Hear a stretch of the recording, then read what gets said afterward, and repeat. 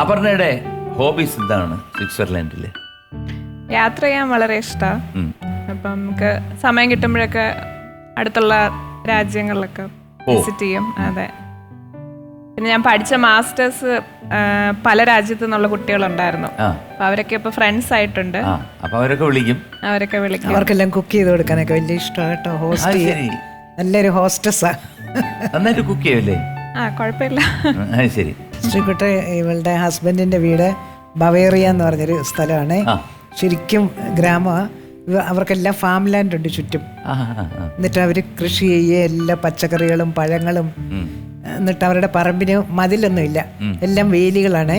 ആ വേലിയിലൊക്കെ പച്ചമുന്തിരിയും വയലറ്റ് മുന്തിരിയും എല്ലാം കൃഷി ചെയ്തൊക്കെ ആ വേലിയിൽ ഒത്തിരി ആപ്പിൾ മരങ്ങളൊക്കെ ഉണ്ടായിരുന്നു. ഞാൻ ആദ്യം ചെന്നപ്പോൾ രാവിലെ എഴുന്നേറ്റ് ആപ്പിൾ പഴമൊക്കെ പെറുക്കുക. എൻ്റെ അത്ഭുതം കൊണ്ട് പച്ച ആപ്പിള്, കൊച്ചാപ്പിള്. പിന്നെ എനിക്ക് മനസ്സിലായത് നമ്മളിവിടെ ചുമ്മാ കണ്ണിമാങ്ങ പൊഴിയുന്ന പോലെ. എന്താണ് അതിന് കാരണം?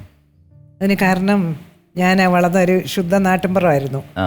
ഒരു ഞങ്ങളൊക്കെ BA പഠിക്കുമ്പോൾ അവിടെ കറണ്ട് വന്ന് ഞങ്ങളുടെ ചെറുപ്പത്തിലൊക്കെ ഒത്തിരി കഥകൾ കേട്ടാ വളർന്ന്. അതായത് ഈ നമ്മുടെ അവിടെ റബ്ബർ വെട്ടുകാരും ഒത്തിരി പ്രേതങ്ങളെ കണ്ടവരുണ്ട് അവിടെ. ഈ റബ്ബർ വെട്ടുന്നവരൊക്കെ വെളുപ്പിനെയല്ലേ ഇറങ്ങുന്ന. ശരിക്കും ഉണ്ടെന്ന് ഒത്തിരി പേര് നേരി കണ്ടിട്ടുണ്ടെന്നൊക്കെ പറയുന്നു. ഈ മാടനും മാടനൊക്കെ തല്ലി പശുക്കളൊക്കെ ചാവുമായിരുന്നു എന്നിങ്ങനെ പറയുന്ന കേട്ടോ. പിന്നെ കുറെ യക്ഷിയൊക്കെ നേരിൽ കണ്ട ചില ബന്ധുക്കളൊക്കെ എനിക്കുണ്ട്. അവർ വെളുപ്പിനെ റബ്ബർ തോട്ടത്തിൽ കൂടെ ഇങ്ങനെ നടന്നു പോകുമ്പോൾ ഈ യക്ഷി രൂപങ്ങളെ കണ്ടതും ഒത്തിരി പേര് പ്രേതാത്മാക്കളൊക്കെ നേരിട്ട് കണ്ടതായി അവകാശപ്പെടുന്നു. കണ്ടിട്ടുണ്ടോ? ഞാൻ കണ്ടിട്ടില്ല, പക്ഷെ കണ്ടിട്ടുണ്ടെന്ന് പറയുന്നവര് എന്നോടതെല്ലാം പങ്കുവെച്ചിട്ടുണ്ട്. അപ്പം നമ്മളെ വളർത്തിയ സ്ത്രീകളും നമ്മുടെ പറമ്പിൽ പണിയുന്നവരൊക്കെ ഒത്തിരി പേര് ഇങ്ങനത്തെ കഥകളൊക്കെ കേട്ടു. എൻ്റെ വീട്ടിൽ നമ്മളെല്ലാം ഇതെല്ലാം കേട്ടെങ്കിലും എൻ്റെ മനസ്സിലെ കഥകൾ എപ്പോഴും ഉണ്ട്.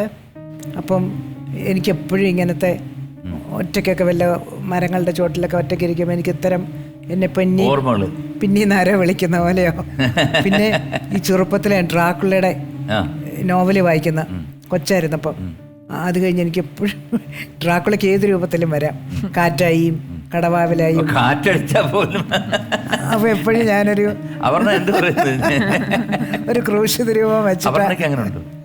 ഇല്ല, അത്ര ഇല്ല.